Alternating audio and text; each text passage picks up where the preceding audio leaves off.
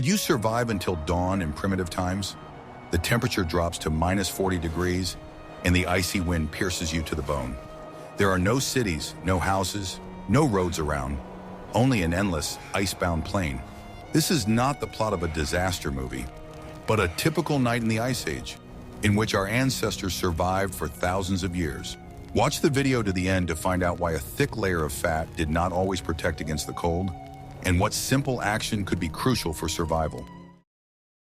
The main threat on a freezing night was not predators or hunger, but a silent and invisible process: thermal conductivity. The ground, frozen in permafrost, is like a giant radiator that constantly draws heat from any warmer object. Lying on the bare ground in such a situation means voluntarily giving up your body heat. Primitive people understood this on an instinctive level. Their first task when setting up camp for the night was to create an insulating barrier. This barrier did not provide warmth itself, but it slowed down the process of heat transfer, giving people a chance to conserve their own energy. Fir branches were the ideal material for such insulation. Their needle-like structure created many air pockets, and air is a poor conductor of heat. A layer of fir branches, several dozen centimeters thick, already significantly reduced heat loss. Dry grass, moss, and leaves were laid on top of the branches. These materials also work by trapping air, creating a multi-layered pie that separated the body from the frozen ground. Each layer added precious minutes to the survival time. The thickness of the bedding was crucial. The thicker the insulating layer, the slower the heat escaped. Experienced survivalists spent hours creating the right bed, knowing that their lives depended on it. Sometimes flat stones, preheated by the fire, were used as the bottom layer. They gave off their heat for several hours, warming the bed from below. This was one of the most effective ways to combat heat conduction. Skins were laid on top of the plant bedding. Fur facing downwards created an additional air layer. Skins facing upwards served as a soft and warm blanket. This multi-layered system was not just a convenience, but a necessity. It allowed a person to survive the night while expending a minimum of internal energy on heating. Without such insulation, even the healthiest person was doomed. We would be very interested to hear your opinion. What would you use first to insulate yourself from the cold ground if you only had natural materials at your disposal? Write about it in the comments. The myth that primitive people wore only loincloths has nothing to do with reality. Their clothing was a complex, multi-layered system that worked on the same principle as modern thermal underwear. The main insulator in this system was not fur, but air trapped between the layers. The first layer, closest to the body, was made of thin, soft leather or suede. Its purpose was to wick moisture away from the body. Wet skin loses heat dozens of times faster than dry skin, so staying dry was a matter of life and death. The second main insulating layer consisted of clothing sewn with fur on the inside. The fur fibers created a thick, immovable air layer. It was this layer of air, heated by body heat, that was the main insulator. The thickness of the air layer was critically important. The fluffier the fur, the more air it could hold and the warmer the clothing was. Therefore, fur with a long, thick undercoat was particularly highly valued. The top third layer was made of thick, dense leather treated with fat. It served as wind and moisture protection. This layer prevented the wind from blowing warm air out of the lower layers and protected against wet snow. The design of the clothing was thought out to the smallest detail. The pants and shirt were tailored to fit snugly around the ankles, wrists, and neck. This prevented warm air from escaping and cold air from entering. The hood was an integral part of the outer garment. A person loses a significant amount of heat through their head, so protecting the head was a priority. A deep hood trimmed with fur created a zone of warm, still air around the face. Footwear was also multi-layered. Dry grass or moss was placed inside leather boots to serve as both an insole and insulation. A kind of overshoe made of thicker leather could be worn over the boots to protect against moisture. But even the warmest clothing was useless without proper shelter. In the next chapter, we will examine how ancient people built their temporary shelters using the laws of physics, which they were not even aware of. Choosing and building a shelter were key skills for surviving a freezing night. The wrong location or a mistaken construction could cost a life. Ancient people used two main types of shelters, natural and artificial, and the choice between them depended on many factors. Natural shelters, such as caves or rock overhangs, seem like the ideal option. Stone walls have enormous thermal inertia. They cool slowly and heat slowly. Inside a cave, the temperature is always more stable than outside, and there is virtually no wind. However, caves also had serious drawbacks. They were often damp, and humidity significantly increases heat loss. In addition, there could be poor air circulation deep inside caves, which made lighting a fire dangerous due to smoke accumulation. Artificial shelters, such as huts or semi-dugouts, required a lot of labor, but provided more control over the environment. The simplest option was a windbreak made of branches and skins.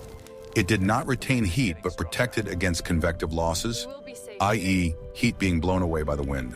A more complex structure was a conical hut. Its shape was chosen for a reason. It offered the best resistance to wind. Inside such a hut, it was possible to build a small fire, and the smoke would escape upward through an opening in the roof. The most effective temporary shelter was a snow hut or burrow. Snow, which is 90% air, is an excellent heat insulator. Inside a properly constructed snow shelter, the temperature could remain around 0 degrees even in severe frost outside. Building a shelter was not just a craft, but a science. Ice Age people intuitively used the principles of aerodynamics, thermal insulation, and convection. Their seemingly simple structures were the result of thousands of years of survival experience. A common myth is that a thick layer of subcutaneous fat was the main advantage for survival in the Ice Age. In fact, the role of fat was much more complex and not so clear-cut. It was important, but it was not a panacea for the cold. Subcutaneous fat is indeed a heat insulator. It slows down the flow of heat from the internal organs to the skin surface. However, its effectiveness on land is incomparable to its effectiveness in water, for example. For land creatures, including humans, the main insulator is not fat, but what is above the skin, fur or clothing. A layer of fat several centimeters thick is inferior in its thermal insulation properties to good fur clothing. It was clothing that trapped air that played a decisive role. The main value of fat lay elsewhere. It was a strategic energy reserve. Fighting the cold is an extremely energy-intensive process. The main mechanism for generating heat in the body is shivering, an involuntary contraction of muscles that requires a huge amount of calories. Fat reserves were the fuel that allowed the body to keep this internal stove running for hours and days. A person with large fat reserves could shiver longer and therefore generate heat for longer. A thin person exhausted their energy reserves much faster. In addition, there was so-called brown fat, which our ancestors probably had more of than modern humans. Unlike regular white fat, brown fat can burn to produce heat without muscle shivering. It was a more efficient way to keep warm. However, neither clothing nor fat could generate heat. In the next chapter, we will talk about the only source that gave people the ability to actively fight the cold. Fire was the heart of life in the Ice Age. It provided not only light and protection, but also, most importantly, heat. However, simply building a fire was not enough. One had to be able to manage its heat with maximum efficiency. A campfire radiates heat in all directions in the form of infrared waves. If you sit by a campfire in an open space, most of this heat is wasted in the surrounding space. The front of the body heats up, while the back continues to freeze. Ancient people quickly understood this problem and learned to build heat reflectors. The simplest reflector was a wall of tightly packed stones, snow, or even just a steep slope. This screen, located behind the back, reflected infrared rays back to the person, creating a closed thermal space. This system allowed for even heating and significant fuel savings. A small fire with a good reflector provided more heat than a large fire in an open area. This was critically important in conditions of wood scarcity. The type of fire was also important. For quick heating and cooking, a hut-type fire was used, which produced a high, hot flame. For long-term heating at night, a Nodia fire was built from 3 large logs, which could smolder and provide even heat for many hours. The location for the fire was chosen wisely. It was lit at a distance from the shelter so that the smoke would not get inside. The direction of the wind was taken into account so that the heat would blow towards the entrance. The fire was also used to heat stones. The hot stones were brought into the shelter, where they slowly gave off heat or used to warm the sleeping area. This was a safe way to heat the dwelling without the risk of smoke poisoning. During the Ice Age, a fire was not just a source of heat, but a complex thermodynamic system. People learned to control radiant energy, creating comfortable living conditions where life would otherwise seem impossible. One of the hidden dangers of an icy night was the air itself. Inhaling frosty air at a temperature of -40 degrees not only cooled the body from within, but could also cause serious damage to the respiratory tract. Protecting the lungs was no less important than protecting the skin. When cold air enters the lungs, the body expends a tremendous amount of energy to warm it to body temperature. These heat losses were constant and significant. With each breath, a person literally exhaled their precious warmth. In addition, the dry, frosty air dehydrated the mucous membranes of the nose, throat, and lungs. This made them vulnerable to microtrauma and reduced local immunity. Under such conditions, any respiratory problem could become a serious threat. Primitive people found a simple and ingenious solution to this problem. They breathed through a piece of fur or a cloth folded into several layers. This improvised filter worked as a heat exchanger. When exhaling, warm and moist air heated the fur fibers and left some of its moisture on them. With the next inhalation, cold and dry air passing through this filter was preheated and humidified. The effectiveness of such a simple device was remarkable. While sleeping, people often covered their faces with the edge of their fur clothing or slept with their heads buried in a fur bedding. This allowed them to breathe warm air throughout the night, conserving energy and protecting their lungs. This instinctive technique can still be observed among many northern peoples today. A deep hood trimmed with fur also played an important role. It created an enclosed space around the face where the air was warmer and more still than outside. Breathing in such a microclimate was much more comfortable and safer. The location of the shelter in relation to the wind also helped to solve this problem. In a properly constructed shelter, there were no drafts, and the air inside was relatively calm and slightly warmed by the presence of people. Protecting the respiratory tract was especially important during physical activity. During intense work, a person breathes more frequently and deeply, and heat loss through breathing increases many times over. Therefore, even while working, people tried to cover their mouths and noses. This aspect of survival is often overlooked, but it was an integral part of our ancestors' knowledge. They understood that cold could penetrate the body not only through the skin, but also with every breath. The ability to warm the air was one of the secrets of their endurance. We have discussed protection from external cold, but how did people maintain warmth from within? In the next chapter, we will look at the energy balance of survival. Survival in the Ice Age was a matter of simple but brutal arithmetic. The human body is a heat engine that constantly consumes fuel, calories, to maintain body temperature. If consumption exceeded intake, the engine would stop. The main item of energy expenditure was thermoregulation. In conditions of extreme cold, the basal metabolic rate, i.e. in energy expenditure at rest, could increase several times. The body burned calories simply to keep from freezing. The main tool for active heating was muscle shivering. This is a very effective but also the most voracious mechanism. An hour of intense shivering could burn as many calories as an hour of intense physical work. Therefore, the diet of primitive people had to be extremely high in calories. Their diet was based on foods high in fat and protein. Fat was the most valuable resource, as it provides more than twice as much energy per gram as carbohydrates or proteins. Bone marrow, subcutaneous and internal animal fat were not a delicacy, but a vital fuel. People learned to boil fat from crushed bones, creating a concentrated and long-lasting product. This high-calorie paste could save lives in times of famine. Carbohydrates obtained from plants were important, but played a secondary role. In cold climates, plant foods were not always available. The main focus had to be on high-energy foods of animal origin. Planning energy expenditure was a key skill.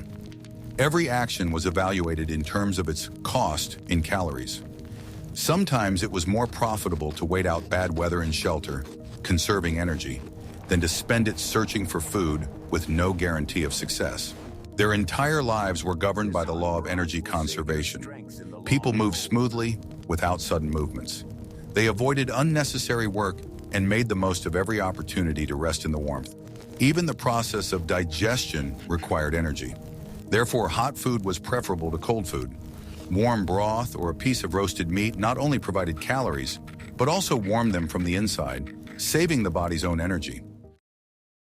Thus, survival was a constant balancing act on the brink of energy bankruptcy. Every calorie eaten was an investment in life, and every calorie expended was a step toward freezing. This cruel calculation shaped their daily lives, their strategy, and their worldview. Physical training and proper equipment were useless without the main component of survival: psychological resilience.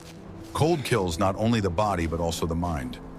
Apathy, despair, and loss of will to live were as deadly enemies as the frost. One of the first symptoms of hypothermia is confusion. A person ceases to assess the situation adequately, makes wrong decisions, and loses motivation. The ability to maintain clarity of mind in extreme conditions was a decisive factor. To combat apathy, primitive people used routine, monotonous, repetitive actions, maintaining a fire, checking shelters, repairing clothing, prevented the brain from shutting down. Having a clear task, even the simplest one, helped maintain concentration. Social support played a huge role. People survived in groups, which was not only a physical, but also a psychological advantage. Working together, talking, and caring for each other helped combat feelings of hopelessness. Group survival allowed for the distribution of responsibilities. While some rested and regained their strength, others kept watch over the fire or guarded the shelter. This created a sense of security and confidence that you were not alone. Tactile warmth also had a psychological effect. People slept close together, warming each other with their bodies. Physical contact with another living being provided powerful psychological support. Knowledge and experience were the best cure for fear. A person who knew how to build a shelter, build a fire, and find food felt much more confident. Fear arises from ignorance, and knowledge dispels it. Thus, the battle against the cold was not only a battle against the external environment, but also against oneself. It was only possible to win this battle by maintaining clarity of mind, discipline, and an unshakable belief that dawn would surely come. In modern survival culture, the image of an active hero who is constantly doing something prevails. However, in the conditions of the Ice Age, one of the most important skills was the ability to do nothing. The art of inaction was often a more effective strategy than vigorous activity. Any movement consumes precious calories. When food supplies were running low and the weather was raging outside, the best solution was to minimize any activity. It was a kind of hibernation, voluntary suspended animation.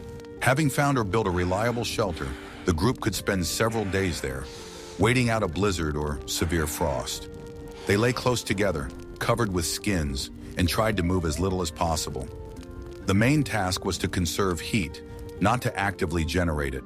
In this state, their metabolism slowed down and energy consumption was reduced to a minimum. It was a race of endurance against the elements. The winner was the one who could conserve their internal resources the longest. Sleep was an important part of this strategy. During sleep, the body relaxes and energy consumption drops. Therefore, people tried to sleep as much as possible, especially during the coldest hours of the day. This strategy required tremendous discipline and patience. Lying for hours in a cramped, dark shelter, listening to the howling wind, was a difficult psychological test, but it was the most rational way to wait for the weather to improve. Even when performing necessary tasks such as maintaining a fire, people moved slowly and sparingly. Every unnecessary movement was considered an irreplaceable loss of energy. It was a philosophy of minimalism taken to the extreme. Thus, our ancestors possessed a whole range of survival strategies.